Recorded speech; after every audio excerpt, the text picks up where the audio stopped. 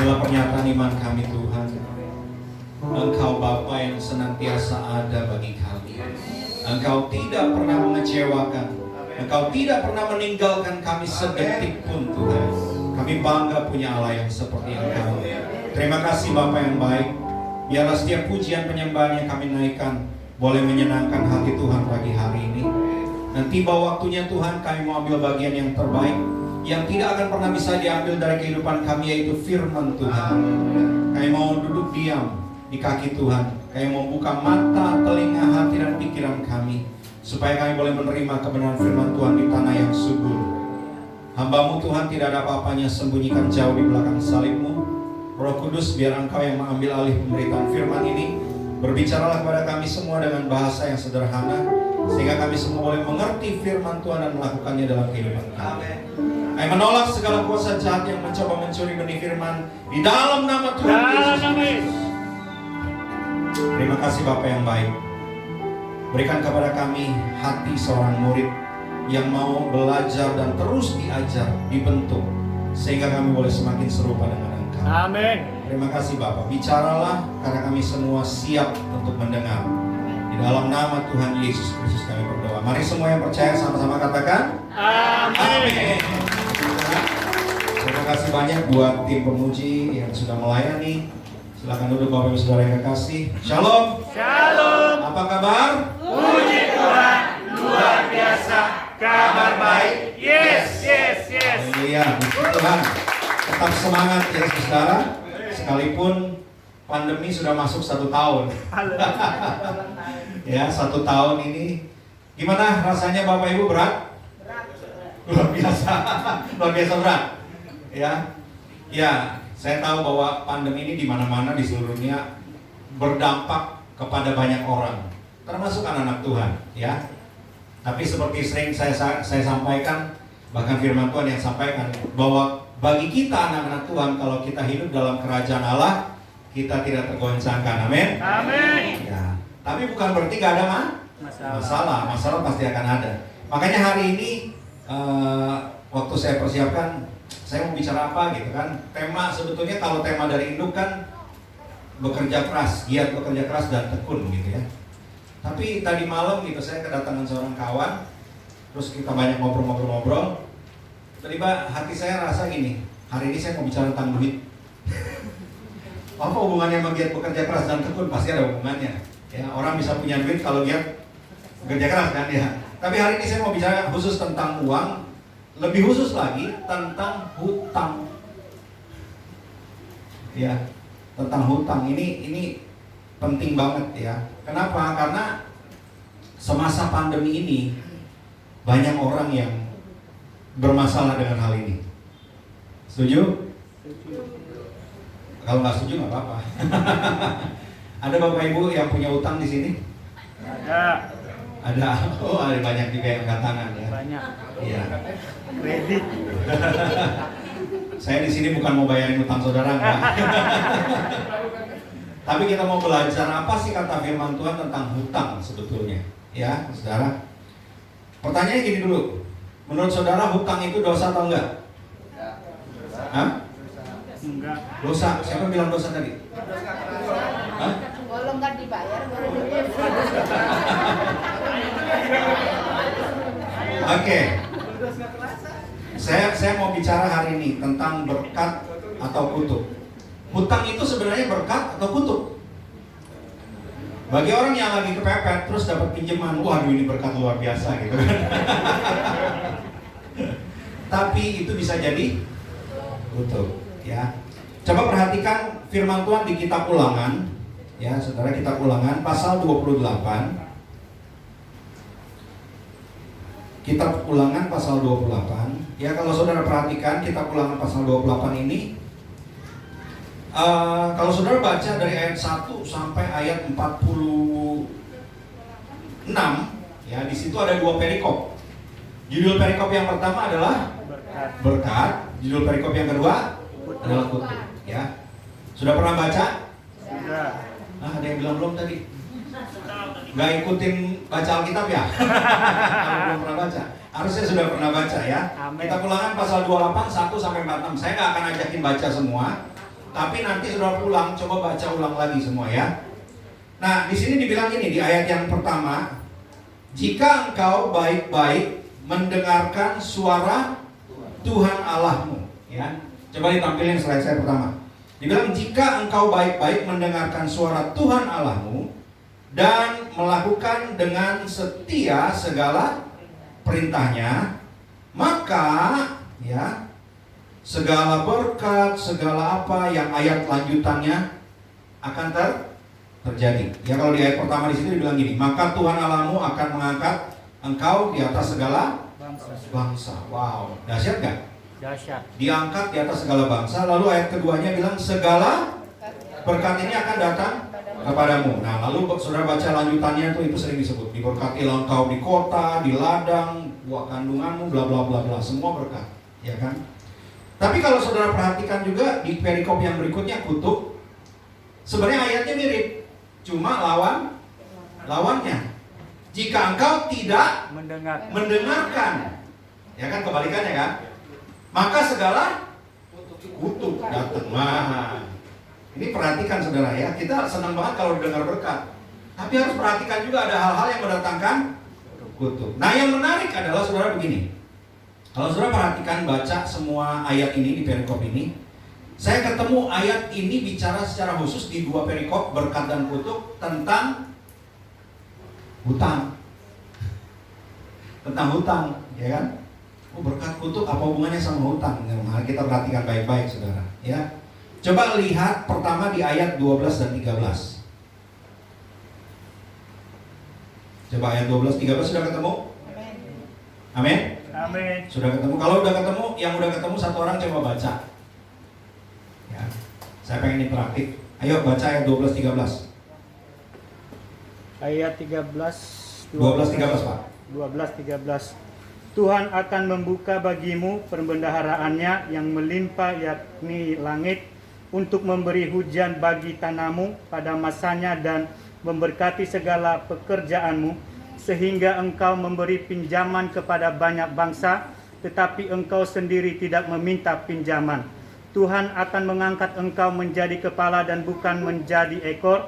Engkau akan tetap naik dan bukan turun, apabila engkau mendengarkan perintah Tuhan Allahmu yang kusampaikan pada hari ini, kau lakukan dengan setia. Amin.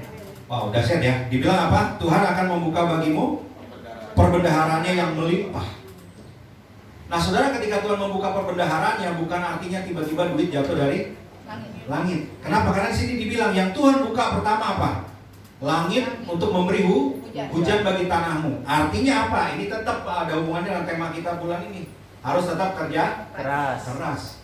Ya, ini kan firman Tuhan zaman dulu, pekerjaan utama itu adalah bertani atau beternak.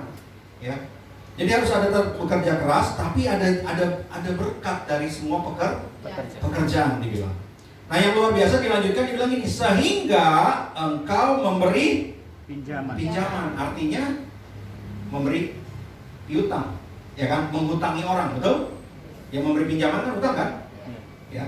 Tetapi engkau sendiri tidak meminta pinjaman. Artinya kita akan membuat orang lain berhutang, kita sendiri tidak berhutang. Ini berkat yang luar biasa. Janji Tuhan kalau kita mendengar suara Tuhan dan firman Tuhan. Amin.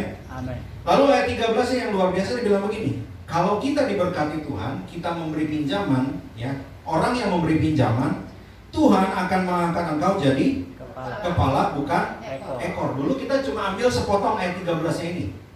Oh, pokoknya kita diangkat jadi kepala bukan ekor. Yang diangkat jadi kepala itu apa? Orang yang memberi pinjaman.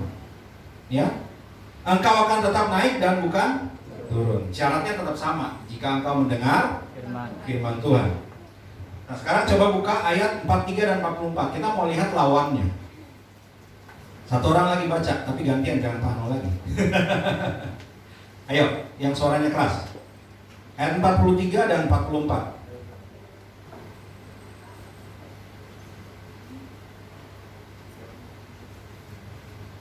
Siapa yang baca?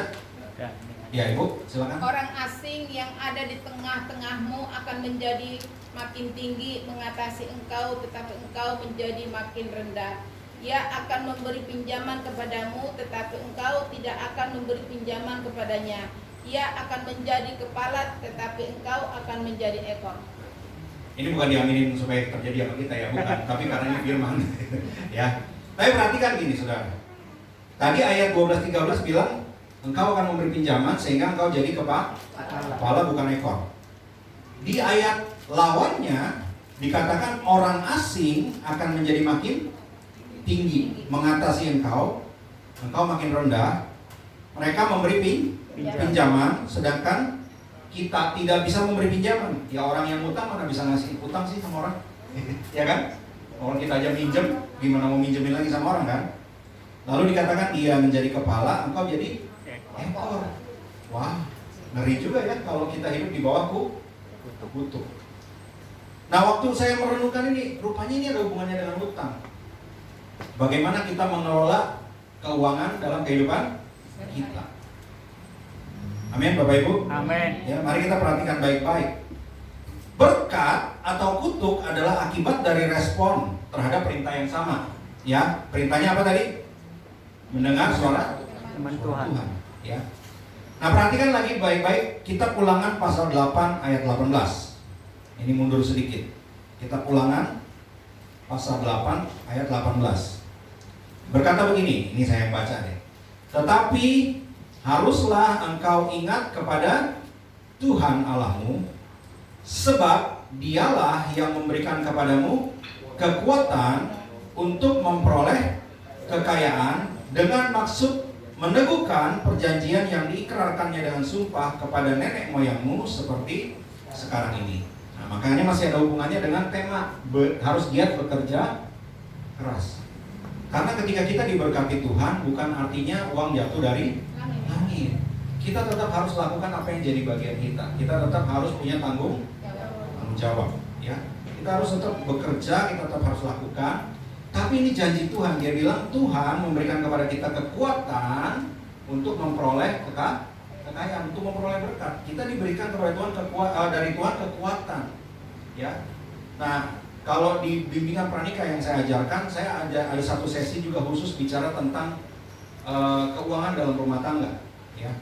Nah, saya ada membahas tentang kekuatan apa sih yang Tuhan berikan kepada kita untuk kita bisa diberkati secara khusus memperoleh kekayaan. Sekali lagi Bapak Ibu, ketika bicara memperoleh kekayaan, jangan langsung membayangkan Bapak Ibu langsung jadi seperti pemilik Jarum, pemilik BCA, miliuner gitu, konglomerat. Jangan ke situ dulu. Setiap orang punya kapasitas. Tapi yang pasti janji Tuhan adalah Dia akan memberkati kehidupan kita, mencukupi kebutuhan kita, bahkan berkelimpahan. Nah, berkelimpahan setiap orang akan beda-beda. Ya, ada orang yang kelihatannya hidupnya biasa saja, pas-pasan kelihatannya, tapi dia selalu jadi berkat. Itu artinya dia berkelimpahan. Ada orang yang kalau dilihat secara status sosialnya sepertinya tinggi, tapi nggak pernah jadi berkat. Itu berarti nggak berkelimpahan, berkekurangan. Ya, jadi kekayaan itu tidak selalu artinya duitnya doang banyak, gitu enggak. Tapi betul-betul diberkati Tuhan dalam kehidupannya sehingga dia jadi berkat. Ya. Ingat, sekali lagi Tuhan tidak memberikan kekayaan secara langsung untuk seperti duit jatuh dari langit gitu ya. Tapi kita harus bekerja keras, kita harus melakukan sesuatu. Ya. Nah, salah satu kekuatannya selain bekerja yang Tuhan berikan supaya kita bisa diberkati, bisa memperoleh kekayaan adalah pengelolaan, manajemen. Saudara baca firman Tuhan dibilang kita adalah bendahara, betul nggak? Kita bendahara kan? Kita adalah pengelola kasih karunia. Tuhan percayakan kita jadi pengurus ya, untuk mengurus berkat-berkat yang Tuhan beri dalam kehidupan kita. Semua berkat yang Tuhan kasih dalam kehidupan kita memang milik Tuhan. Tapi kita bertanggung jawab sebagai bendahara bagaimana cara menggunakan berkat itu dengan baik. Amin. Amin. Ya. Ada orang yang berkata gini, kan saya udah susah payah cari bekerja lah sehingga dapat uang. Jadi suka-suka saya dong mau pakai uang ini gimana? Saya mau senang-senang kek, mau beli gadget yang mahal kek, mau apa, kan ini hak saya. Ya, bekerja kerasnya betul. Tapi apakah ketika kita bekerja keras lalu dapat berkat, apakah itu hanya untuk memenuhi hawa nafsu kita? Makanya ada satu poin yang penting, yaitu bagaimana kita mengelola atau memanage berkat yang Tuhan berikan dalam kehidupan kita. Ini penting. Sangat penting hari ini kita mau belajar. Kenapa? Karena saya menemukan yang banyak jatuh dalam hal ini bukan hanya sekedar jemaat biasa. Hamba Tuhan pun banyak yang jatuh dalam hal ini. Pelayanan yang dibangun rusak gara-gara nggak bisa mengelola keuangan. Terlibat hutang sana sini. Ngeri, saudara. Jadi kita harus belajar bagaimana sih mengelola berkat dengan baik, ya. Nah, kita perhatikan di Lukas. Nah, sekarang ini masuk mulai ke poin intinya, saudara. Kitab Lukas pasal 16. Nah, kitab Lukas pasal 16 ayat 10 sampai 12. Ya. Judul perikopnya setia dalam perkara yang kecil. Nasihat. Wah, ditekankan lagi ya. Setia dalam perkara yang kecil. Nasihat. Ini sebuah nasihat. Siapa yang nasihatin? Lukas. Ya, Nabi Lukas tuliskan ini, ya. Tapi sebetulnya ini perkataan Yesus, ya. Dikatakan gini, barang siapa setia dalam perkara-perkara kecil, ia setia juga dalam perkara-perkara besar. Dan barang siapa tidak benar dalam perkara-perkara kecil, ia tidak benar juga dalam perkara-perkara besar. Jadi, jikalau kamu tidak setia dalam hal mamon yang tidak jujur, siapakah yang akan mempercayakan kepadamu harta yang sesungguhnya?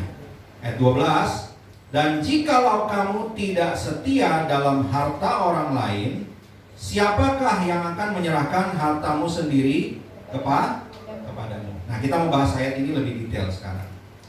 Firman Tuhan berkata, barang siapa setia. Nah, kata setia di sini punya makna bagaimana mengelola dengan baik. Ini punya makna manajemen. Oh, kata manajemen kayaknya, oh itu perusahaan. Enggak, saudara. Manajemen itu di mana-mana, termasuk dalam rumah tangga perlu manajemen. Artinya apa? Pengaturan yang baik. Yang baik. Ya, ibu-ibu kalau nggak bisa ngatur dengan baik, uang belanja cukup? Nggak cukup kalau nggak diatur dengan baik, ya. Apalagi kondisi pandemi begini gitu, ada yang gajinya dipotong sampai 50%, ada yang sampai di PHK dan sebagainya. Maka perlu manajemen. Semalam teman saya datang, kita ngobrol banyak. Dia cerita bagaimana dia pinjamkan uang sama orang, lalu orang itu kalau bayarnya tarsok. Padahal yang pinjam anak Tuhan juga kenal baik gitu kan. Tapi giliran urusan uang lain ceritanya gitu. Nah, kita mau belajar hati-hati, saudara. Karena tadi udah jelas dibilang, hutang itu bisa jadi berkat kalau kita jadi orang yang memberi pinjaman, ya kan? Tapi kalau kita yang meminjam terus kita tidak setia dalam hal itu jadi kutuk. Makanya hati-hati, saudara, ya. Setia bicara tentang pengelolaan atau manajemen. Perkara kecil yang dituliskan di firman Tuhan tadi adalah bicara tentang duit. Dulu kalau kita dengar, oh setiap perkara kecil, oh artinya kalau kita mau melayani ya mulai dari nyapu-nyapu gereja dulu lah. Nggak salah juga sih dari sisi itu. Tapi sebetulnya firman Tuhan dalam Lukas ini jelas-jelas bilang, ini bicara tentang duit, hepeng, cien.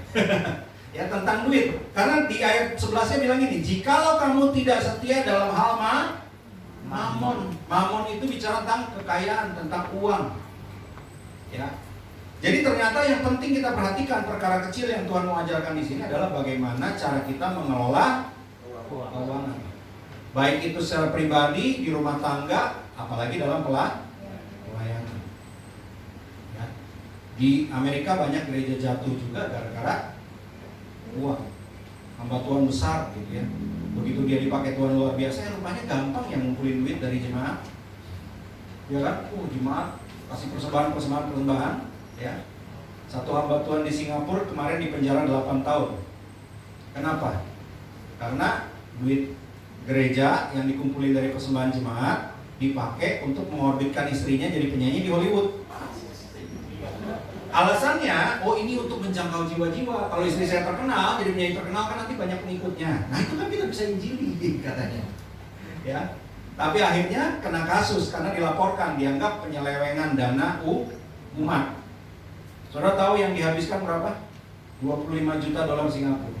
Itu kalau dirupiahkan kira-kira sekitar waktu itu dolar Singapura hampir 10.000 ya. Kalau 10.000 berarti sekitar 250 miliar. Enak ya jadi pendeta, 250 miliar main pakai aja gitu kan. Ya. Enggak, jangan, itu jadi kutub saudara, hati-hati ya. Perkara kecil itu duit sebetulnya, hati-hati. Agar kita bisa diberkati Tuhan dengan kekayaan, maka kita harus mengelola uang atau mamon dengan baik dan benar. Nah, lalu ayat 11 dibilang gini, jika kamu tidak setia dalam hal mamon yang tidak jujur, siapakah yang akan mempercayakan kepadamu harta yang sesungguhnya? Artinya gini, harta yang sesungguhnya memang sebetulnya bukan uang. Uang bukan harta kita yang sesungguhnya, amin? Oh, enggak amin, enggak setuju jangan-jangan. Uang bukan harta kita yang sesungguhnya, amin? Bukan itu, harta kita yang sesungguhnya bukan itu. Harta kita yang sesungguhnya adalah iman kita kepada Yesus, kepada Tuhan. Ya, karena iman kita lah yang akan membawa kita ke surga, bukan duit. Saudara punya duit sebanyak apapun nggak bisa bawa saudara ke surga. Jadi itu bukan harta yang sesungguhnya. Tetapi firman Tuhan bilang ini, kalau kamu tidak bisa dipercayakan mengelola uang yang bukan harta yang sesungguhnya, maka apakah kita bisa bertahan punya harta yang sesungguhnya? Kan ada ayat lain yang berkata begini, jangan tabur harta bagimu di dunia, tapi tabur harta bagimu di surga. Itu yang sesungguhnya, ya kan? Tapi kalau kita nggak bisa dipercayakan tentang uang yang kecil di dunia ini, bagaimana kita bisa dipercayakan harta yang kekal? Itu firman Tuhan mau bilang begitu. Amin.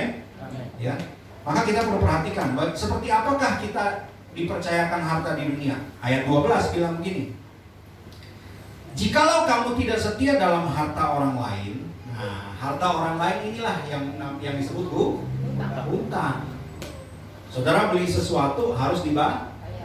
Kalau saudara nggak bayar, hutang.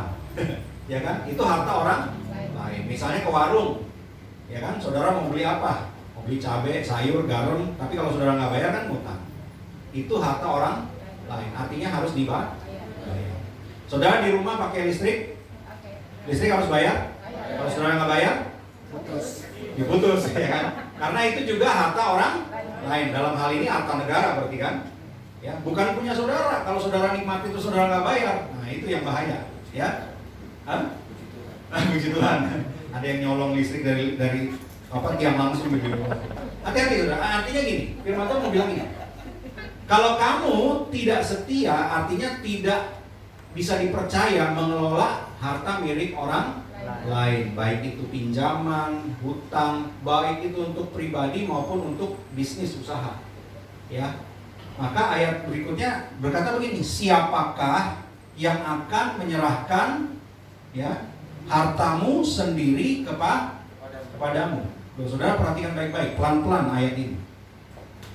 Kalau kamu tidak setia dalam harta orang lain, kalau kamu pinjam uang orang lain terus bayarnya tarsok-tarsok, dikemplang, ya, atau kalau ngutang ke bank terus juga nggak mau bayar dan sebagainya. Intinya kalau punya milik orang lain, saudara tidak setia mengelola itu, ya dalam arti harus kembalikan. Kalau saudara tidak setia dalam hal itu, maka ayat lanjutnya dibilang ini, siapakah yang akan menyerahkan hartamu sendiri kepadamu? Perhatikan baik-baik, firman Tuhan bilang berarti gini, hartamu sendiri, berarti kita punya harta. Amin. Amin. Artinya apa? Tuhan sudah sediakan berkat buat kita. Ya, kalau saya kasih gambaran, ibaratnya di surga ada gudangnya surga gitu ya. Itu gudang berkat gitu ya. Ada paket-paket di dalam situ udah ada namanya semua. Paketnya Pak Anok. Ya kan? Wah, ini paketnya Daniel, gitu kan? Setiap paket udah ada namanya, itu paket berkat.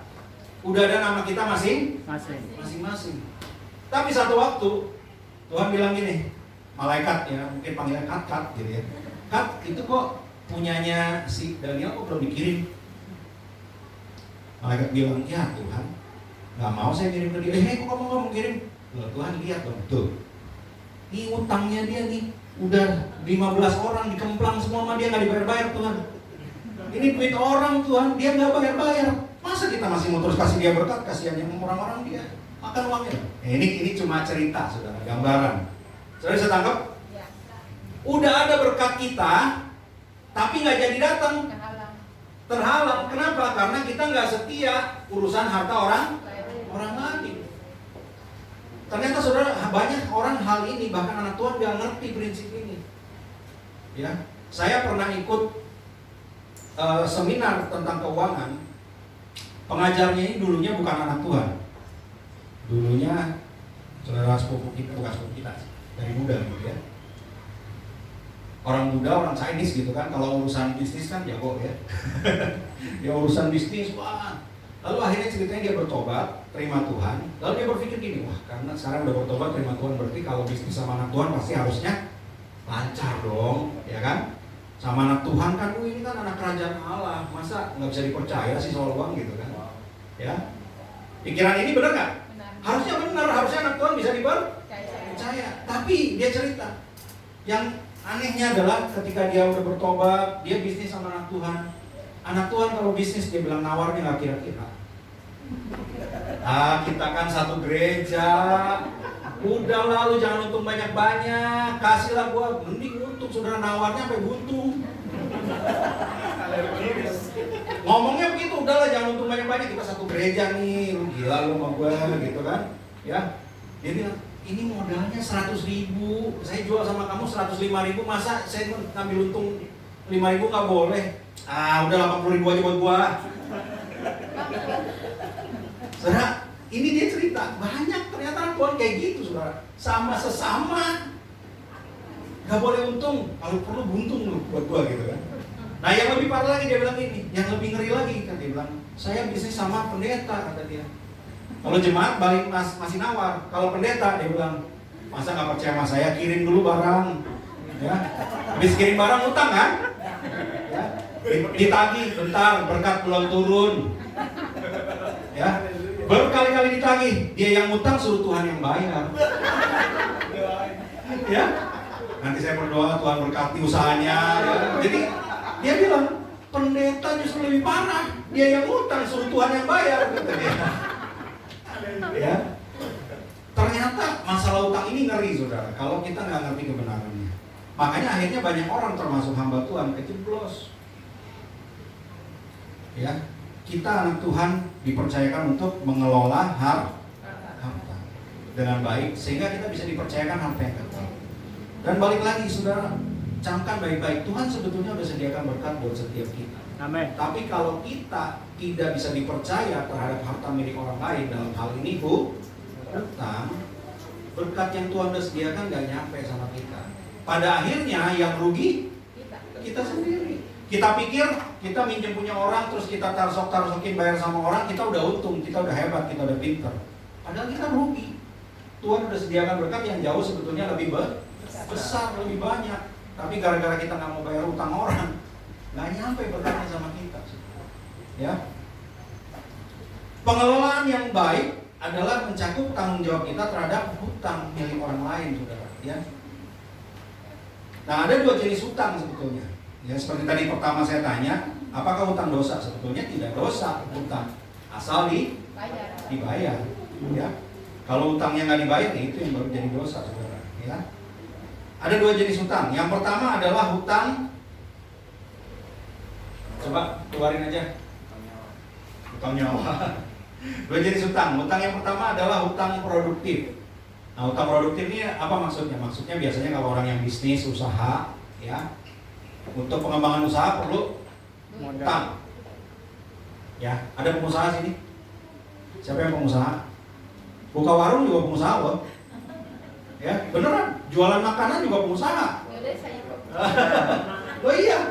Oh, saudara mesti ngerti ketika saudara punya usaha, mau itu kecil, mau itu besar, namanya usaha, itu pengusaha. Amin. Ya. Kalau saudara kerja sama orang lain, ya saudara karyawan. Gitu loh. Terus hambanya mengaku pengusaha. Pengusaha roti. Ya, pengusaha. Saudara gini, kalau kita usaha, memang kan butuh modal. Betul? Butuh modal kan? Kadang-kadang modalnya nggak cukup. Tapi saudara sudah punya usaha yang, wah ini jalan nih. Saya cuma perlu modal, makanya saudara mungkin ambil pinjaman ke bank, ya kan? Atau ke siapapun lah, pokoknya ambil pinjaman untuk memperbesar usaha supaya usaha jalan putar. Ini namanya hutang produktif. Nah ini bagus, nggak apa-apa saudara. Bahkan dalam dunia bisnis sebenarnya kalau di pelajaran ekonomi dianjurkan nggak apa-apa hutang. Yang penting memperbesar usaha. Dalam arti ketika saudara usaha diperbesar, otomatis saudara harusnya bisa bayar hutang, gitu loh. Artinya harusnya bisa dikembalikan. Tapi ada hutang yang jenis yang kedua, ini yang bahaya, yaitu hutang konsumtif. Nah, konsumtif itu maksudnya apa? Hutang karena gengsi, misalnya gini, handphone gua sekarang udah ketinggalan zaman ini. Ya, ini handphone udah jadul banget lah, kayaknya perlu ganti baru gitu kan. Tapi kalau mau beli, nggak punya duit juga. Bukan, nggak punya duit juga, nggak cukup gitu kan. Udahlah, cicil aja lah, hutang lah, ya kan. Pengen apa? Oh, yang sekarang lagi ngetren iPhone 11. Beli iPhone 11 lagi. Apa itu? iPhone 11 berapa ya harganya? Ada yang tahu harganya? Anak muda nih. Ada yang 25, 35. Wah, dia merhatiin banget anak muda biasanya. Dia sering lihat harganya. Iya gitu loh. Maksudnya pengennya beli iPhone 11, ya kan? 25 juta atau 35 juta tadi dibilang. Nyicil setengah mati gitu ya. Nyicil setengah mati. Itu namanya hutang konsumtif. Udah jatuh dulu. Belum lunas udah rusak. Nah, belum lunas udah rusak, kecemplung lagi ke WC gitu kan. Nah, saudara, rusak nggak bisa dipakai, tapi tetap harus bayar. Ini namanya konsumtif, ya. Atau pengen gaya lah, pengen baju fashion. Misalnya kalau perempuan kan pengen dandan gitu kan, fashion bajunya mesti keren, branded gitu kan. Atau makeupnya gitu kan, harus pakai yang makeup mahal gitu ya. Salah satu makeup mahal yang saya tahu karena dulu saya pernah kerjain adalah Sephora. Ya, dulu saya pernah kerjain urus izinnya itu. Ya. Waktu saya lihat tokonya di Grand Indonesia, wow gede banget. Wah harganya memang. Ya, buat pakai lipstik doang. Biasa ibu-ibu beli lipstik berapa harganya? 25.000. Hah? 25.000 ya, 25.000, 50.000. Lipstik Sephora itu bisa 400.000. Lipstik doang gitu kan. Ya. Nah kalau saudara beli sesuatu yang mahal-mahal itu hanya cuma supaya penampilan dan sebagainya, itu namanya konsumtif. Nah ini yang bahaya saudara. Ya, hutang produktif boleh banget gitu, karena saudara udah pasti harusnya bisa bayar. Tapi kalau konsumtif ini yang seringkali menjerat, termasuk banyak anak Tuhan. Sekali lagi, ya, kartu kredit. Ya, kartu kredit sebetulnya sekali lagi juga saya mau bilang ini bukan dosa selama saudara bayar. Yang jadi dosa adalah saudara enak gesek sono, gesek sini, ya. Begitu ditagih, ya kan? Ini yang bahayanya begini. Kenapa memang berbahaya kartu kredit buat orang yang tidak punya penguasaan diri? Geseknya gampang. Begitu datang tagihan, ya kan? Seringkali yang orang kejeblosnya adalah gini, ketika datang tagihan, misalnya saudara belanjanya 2 juta. Akhir bulan ditagih 2 juta kan? Tapi ada minimal pembayaran. Saudara ngutangnya 2 juta, tapi ada tulisan minimal bayar 200.000. Bayar 200.000 dulu aja lah. Ya kan? Bayar 200.000. Utangnya masih ada? Masih, tapi besoknya dia gesek lagi. Bulan depan ditagihnya 4 juta.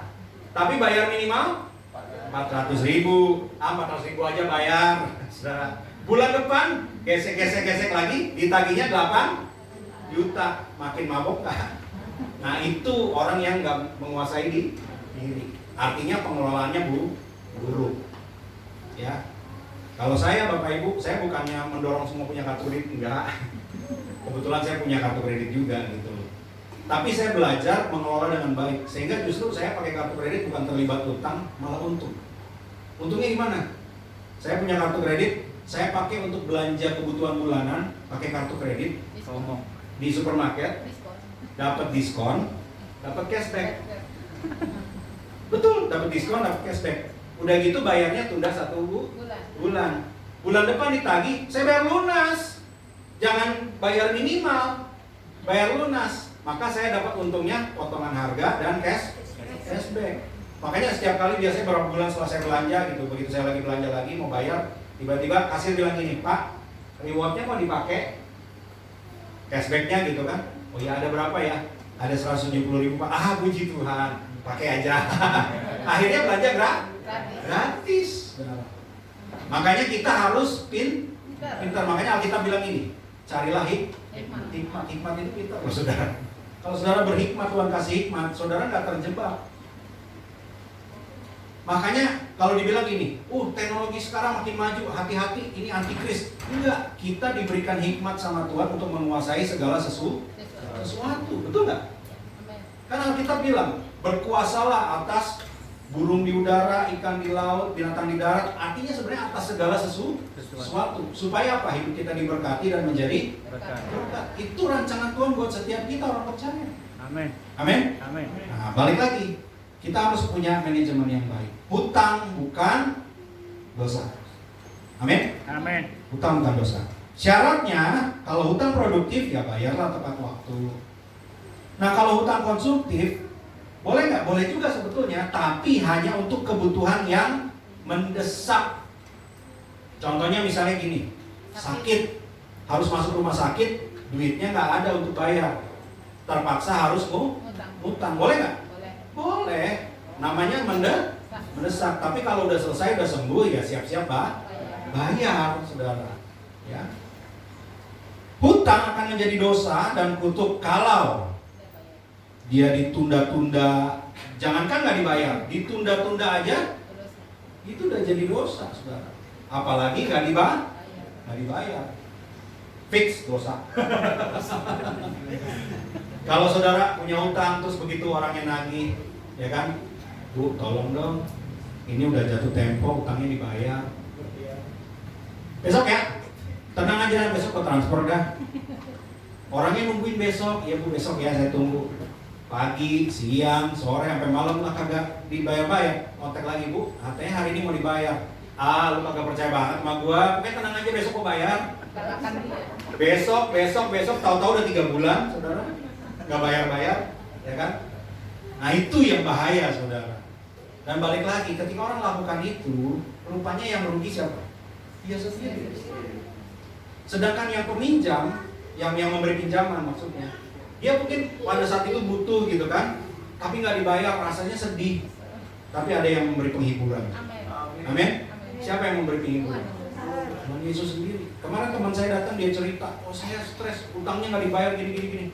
Tapi Tuhan kasih berkat. Tiba-tiba ada yang pesan begini. Saya dapat berkat luar biasa. Amin. Amin. Karena itu janji Tuhan. Tadi dibilang apa? Berkat Tuhan itu, engkau akan memberi pinjaman. Dan engkau akan diangkat jadi kepala. Jangan takut, saudara. Ya. Saya beberapa kali mengalami pengalaman, bahkan saya udah pernah ceritakan. Wah, teman saya datang, pinjam uang. Saya udah berpikir gini, pinjemin dia pasti nggak balik, ya kan? Saya berpikir kalau gitu gini. Saudara sering kan kalau baca sosial media atau ada tips bilang ini, kalau ada teman yang mau pinjam terus saudara tahu ini masih nggak bakal bayar, jangan kasih pinjam, saudara kasih sedekah aja. Sedekah aja, ya kan? Oh, dia mau pinjam berapa? 500.000. Ya udah, saudara kasih 50.000. Nggak usah bayar. Udah buat kamu. Ya, kayak ngasih pengemis ya, saudara ya. Itu diajarkan kan begitu kan? Waktu itu juga saya berpikir begitu. Dia datang ke saya, ini untuk bayar uang sekolah anak. Butuh berapa? 1,2 juta. Aduh, gede juga 1,2 juta. Saya pikir kalau nggak balik 1,2 juta lumayan. Ya, saya bilang sama istri, udahlah kita sedekah aja 200.000. Nggak balik nggak apa-apa lah 200.000, ya kan? Tapi istri saya waktu itu, yang namanya ibu-ibu yang harusnya soal uang itu hitungnya ketat gitu ya, tapi dia bilang gini, tapi kalau kita kasih 200.000 itu nggak menjawab kebutuhannya dia. Dia butuh buat bayar uang sekolah anak, butuhnya 1.200.000. Ketika istri saya ngomong gitu, saya kayak ditabok juga. Dalam arti istri pasti dukung nih, kan dia tahu soal duit kan. Ngitungnya kan kuat kalau ibu-ibu gitu kan. Rupanya dia malah nabok saya begitu, nggak nolong dia. Saya bilang, tapi kemudian nggak bisa dibayar loh. Tapi digerakkan Tuhan. Ya udah sepakat kasih. Karena memang waktu itu Tuhan juga bicara gini, kamu kasih 200.000, itu nggak menjawab kebutuhannya dia akan cari orang lain lagi untuk pinjam sisanya, betul? Dan orang lain itu yang bisa jadi korban. Kamu ada berkat, kasih dah. Ya akhirnya kami berdua sepakat, ya udah kasih 1,2 juta. Puji Tuhan sampai hari ini nggak balik lagi orangnya, saudara. Ya. Bahkan saya nggak tahu dia ada di mana, masih hidup atau enggak, itu saya nggak tahu. Dia menghilang, ghosting, ya lagi rame itu kata-kata ghosting, ya. Menghilang begitu saja. Tapi janji Tuhan terjadi dalam hidup saya. Amin. Saya tetap diberkati Tuhan. Amin. Amin. Ya. Jadi hutang bukan dosa, tapi bertanggung jawab. Lanjut, ya. Agak lama dikit nggak apa-apa ya? Amin. Ini penting banget, saudara. Nah, saya mau bahas lagi juga begini. Tanggung jawab dari peminjam, artinya orang yang meminjam atau yang berhutang, tanggung jawabnya adalah kembalikan, saudara. Kalau kita pinjam uang, hutang boleh nggak apa-apa. Tapi tanggung jawab kita adalah kembalikan, bayar hutangnya. Itu tanggung jawab. Tapi kalau kita belum bisa bayar gimana? Duitnya kan belum ada, Pak. Gimana dong? Gimana Bapak Ibu? Cicil. Ya, cicil juga belum ada duitnya. Caranya gimana? Datang, ketemu sama orangnya, bilang, minta maaf, kalau perlu mohon ampun, nggak apa-apa. Tapi tanggung jawab. Datang, ngomong. Jangan, ada dia. Ntar mau ditagih utang. Saudara ngumpet kayak belut licin. Orangnya nyariin di WA nggak dijawab, di telepon nggak diangkat, didatangin ke rumahnya, saudara hilang ngumpet di WC. Itu nggak bertanggung jawab. Nah itu yang jadi dosa, saudara. Ya, saudara berhutang nggak apa-apa, tapi bertanggung jawab. Cicil, bayar. Pokoknya intinya usahakan bagaimanapun saudara harus kembalikan. Bayangkan kalau waktu saudara minjem, tolong dong saya butuh banget. Orang ini dengan belas kasihan kasih pinjaman. Begitu dia butuh nagih, saudara hilang. Saudara nggak mikir kasihan sama dia. Betul? Ini yang banyak terjadi di mana-mana. Tapi jangan sampai terjadi di lingkungan anak Tuhan. Jangan sampai anak Tuhan terjadi seperti itu. Jadi kalau kita belum bisa bayar nggak apa-apa, tapi hadapi dengan itikat baik. Nah, termasuk itikat baik adalah begini. Saudara kan sadar punya hutang. Ketika saudara dapat berkat, ya, pikirin dulu bagaimana sisihkan itu untuk bayar hutang. Oke, saudara pakai untuk kebutuhan yang penting boleh, ya. Oh, ini namanya buat makan tiap hari, kalau nggak makan saya nggak bisa bayar hutang juga gitu kan. Oke, sisihkan. Tapi harus diatur. Karena ada orang yang ngutang sama orang, tapi dia mikirnya, aduh handphone gue udah jelek mau ganti yang baru. Padahal hutang sama orang belum dibayar. Ya kan? Saya pernah satu kali juga ada orang yang hutang sama kami berdua sama suami istri gitu ya, ditagih taksok. Begitu lagi ngobrol sama saudaranya bilang, kemarin kita habis pergi ke mall beli TV baru. Coba denger, ini orang yang hutang sama saya ditagih susah setengah mati, tiba-tiba saudaranya bilang kemarin habis pergi bareng ke mall, dia beli TV baru. Belanja beli TV baru, utangnya nggak seharga TV baru, saudara. Kita dengar kita langsung, kurang ajar nih orang, bukan bayar utang dulu malah beli TV dulu. Ya, ini gambaran, maksudnya saudara harus bisa memisahkan mana yang lebih penting. Penting mana beli TV sama bayar utang? Bayar utang dulu. Sekarang lagi di gereja jawabnya cepat. Tapi nanti kalau pulang praktek ya, praktek. Jangan nanti pulang, itu kan di gereja. Malu kalau ngomong sama pendeta bilang penting bayar TV, beli TV. Tapi ntar di rumah begitu pulang jangan utang, dulu, aku mau beli TV dulu. Jangan, saudara, bayar dulu. Nah yang kedua, yang penting saya mau sampaikan, tekankan lagi juga adalah gini. Kalau saudara diberkati Tuhan, lalu saudara jadi orang yang memberi pinjaman. Yang sering terjadi dalam lingkungan kita anak Tuhan adalah ketika kita memberi pinjaman, nggak enak nagih. Sehingga seakan-akan kalau kita nagih utang, dosa banget lu, nggak punya belas kasihan, nggak punya kasih, katanya gitu kan. No. Saudara jangan takut, hari ini saya mau tekankan, firman Tuhan bilang, ketika saudara memberi pinjaman, maka saudara punya hak untuk menagih. Selama saudara nggak kirim debt collector, bawa golok lagi, jangan, nggak boleh begitu nagihnya. Tapi ketika saudara misalnya telepon, ngomong langsung atau WA bilang, maaf nih, Utangnya kapan yang dibayar? Udah pakai minta maaf lagi. Itu nggak dosa, boleh saudara. Ya, Jadi kayak pengemis. kesannya seperti itu Bu. Tapi gini, saya belajar ketika saya belum belajar firman Tuhan ini. Dulu juga saya nggak enak kalau mau nagih-nagih. Tapi ada hal yang penting gitu. Ketika kita nggak nagih, ya, tapi kita sakit hati, itu jadi bodoh sendiri. Betul? Kita nggak enak nagih, kesel, ya kan? Tapi sakit hati, yang rugi diri sendiri, ya kan? Nggak mau nagih, tapi nggak rela. Lalu misalnya, udah bodoh udah dibayar nggak dibayar, tapi kesel gitu kan? Yang kedua adalah kalau kita nggak nagih, orang yang berhutang itu nggak sadar dengan kewajibannya, kita juga sedang menjerumuskan dia sebetulnya. Ada ayat lain di Yeskiel yang bilang gini, kalau orang berbuat dosa, berbuat jahat, kamu nggak tegur, kamu nggak ingetin dia, dosanya juga ditangguhkan ke kita loh. Dia yang utang, dia yang udah nikmatin, kita nggak nagih lah, salahnya kita juga. Kenapa? Kita menagih bukan dengan apa untuk berbuat jahat atau enggak. Kita juga mengingatkan. Kalau kamu nggak bayar, kamu sendiri yang rugi. Amin, Bapak Ibu. Amin. Ketika kita nagih sama dia, sebenarnya kita sedang mengingatkan kamu punya tanggung jawab. Kalau kamu nggak tepati, yang berlaku firman Tuhan tadi, kamu nggak setia dalam harta orang lain, kamu nggak diberkati. Saya mah pasti akan tetap diberkati.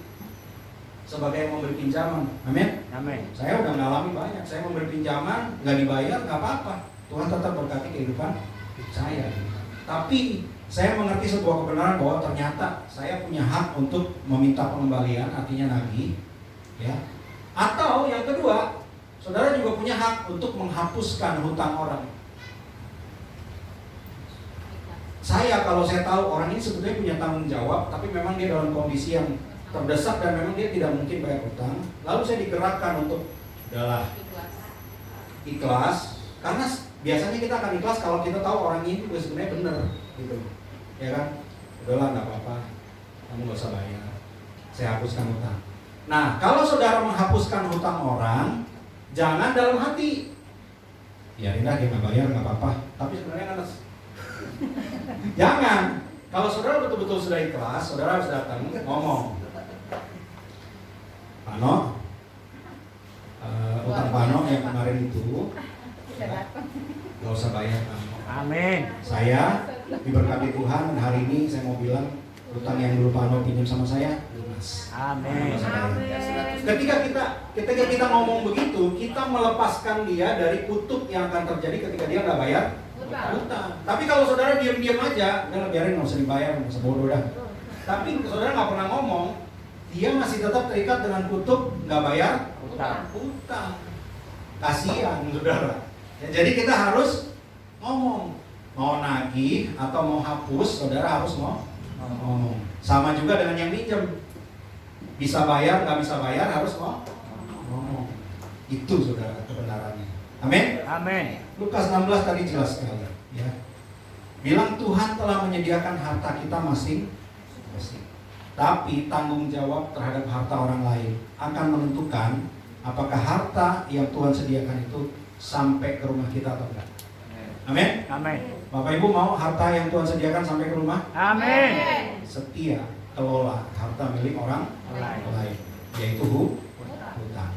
Saya percaya bahwa dalam kondisi seperti ini, kalau kita ngerti kebenaran firman Tuhan, sekalipun masalah tetap ada saudara. Saya udah ceritakan waktu itu juga, begitu ada kesempatan saya memang ganti mobil akhir tahun 2019, ya, mau masuk 2020. Wah, istri saya bilang boleh kayaknya ganti yang baru, kredit saudara, bukan cash. Ya, kredit diproses, Januari kredit disetujui, gitu kan. Maret pandemi. Maret pandemi kan saudara. Terus terang ya kita juga terdampak, pelayanan kan mogok.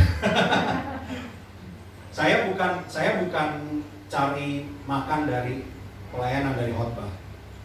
Enggak saudara, tapi memang ketika masuk pandemi, baik itu pekerjaan, pelayanan semua ngendek gitu kan. Otomatis ya berat juga bayar cicilan mobil waktu itu. Tapi tanggung jawab. Ketika saya lihat berita, oh pemerintah memberikan relaksasi, artinya kalau ngutang bisa diatur gimana caranya supaya utangnya lebih ringan. Terus saya ngajuin udah langsung ke bank, Pak, saya mau relaksasi dong, restrukturisasi gimana utang saya gitu. Rupanya untuk ngurus ini aja saudara saya butuh waktu 3 bulan. Dari Maret saya udah ngajuin, Juni saya baru disetujuin. Jadi tetap selama Maret, April, Mei tetap bayar. Bayar dengan pot-potan bayar saudara gitu ya. Begitu Juni disetujui, puji Tuhan, setujui dibilang apa? Saya libur bayar 6 bulan. 6 bulan saya nggak perlu bayar cicilan. Wah, puji Tuhan ya. Gitu loh. Tapi kita harus tanggung jawab dulu. Nah, Januari kemarin udah mulai lagi bayar cicilan karena liburnya cuma sampai Desember. Desember libur, Januari bayar lagi. Jadi kita harus tanggung jawab. Tapi tetap saya merasakan dalam kondisi apapun, masalah selalu ada, tetap ada, tapi Tuhan selalu berikan jalan keluar. Amin. Tuhan selalu berikan solusi. Amin. Amin. Maka hari ini jemaat di tempat ini kabar baik ya. Ini kabar baik juga dari Tuhan. Amin. Amin. Amin. Supaya kita ngerti bagaimana mengelola keuangan kita dengan baik dan pada akhirnya ya semua jadi baik. Amin. Semua jadi baik. Saudara akan betul-betul diberkati Tuhan. Amin. Karena tadi Ulangan bilang ini, jika engkau baik-baik mendengarkan suara Tuhan hari ini. Hari ini Tuhan bicara tentang apa? Hutang. Hari ini Tuhan bicara tentang hutang. Mari kita belajar kelola uang kita dengan baik, kelola mamon yang tidak jujur itu. Ya. Karena kalau saudara baca lebih jauh lagi dibilang ada bendahara yang tidak jujur, dia bisa mengelola mamon untuk persahabatan. Ya. Artinya itu sebuah gambaran saja. Memang kalau ceritanya di situ orang yang berutang sama dia, utangnya dilunas-lunasi padahal itu bukan utang sama dia, utang sama bosnya. Tapi maksudnya Tuhan adalah bagaimana cara kita mengelola. Itu poinnya. Uang itu, mamon itu bisa jadi baik, bisa jadi jahat. Tergantung siapa yang mengelola. Amin. Amin. Kalau saudara kelola keuangan dengan baik, saya lihat ini gereja makin cantik gitu kan. Amin. Keren, makin bagus, makin diberkati. Amin. Saya percaya itu karena jemaat, gembala, pelayan semua mengelola keuangan dengan baik. Amin. Ketika kita lakukan ini dengan benar saudara, berkat Tuhan pasti akan dicurahkan berlimpah.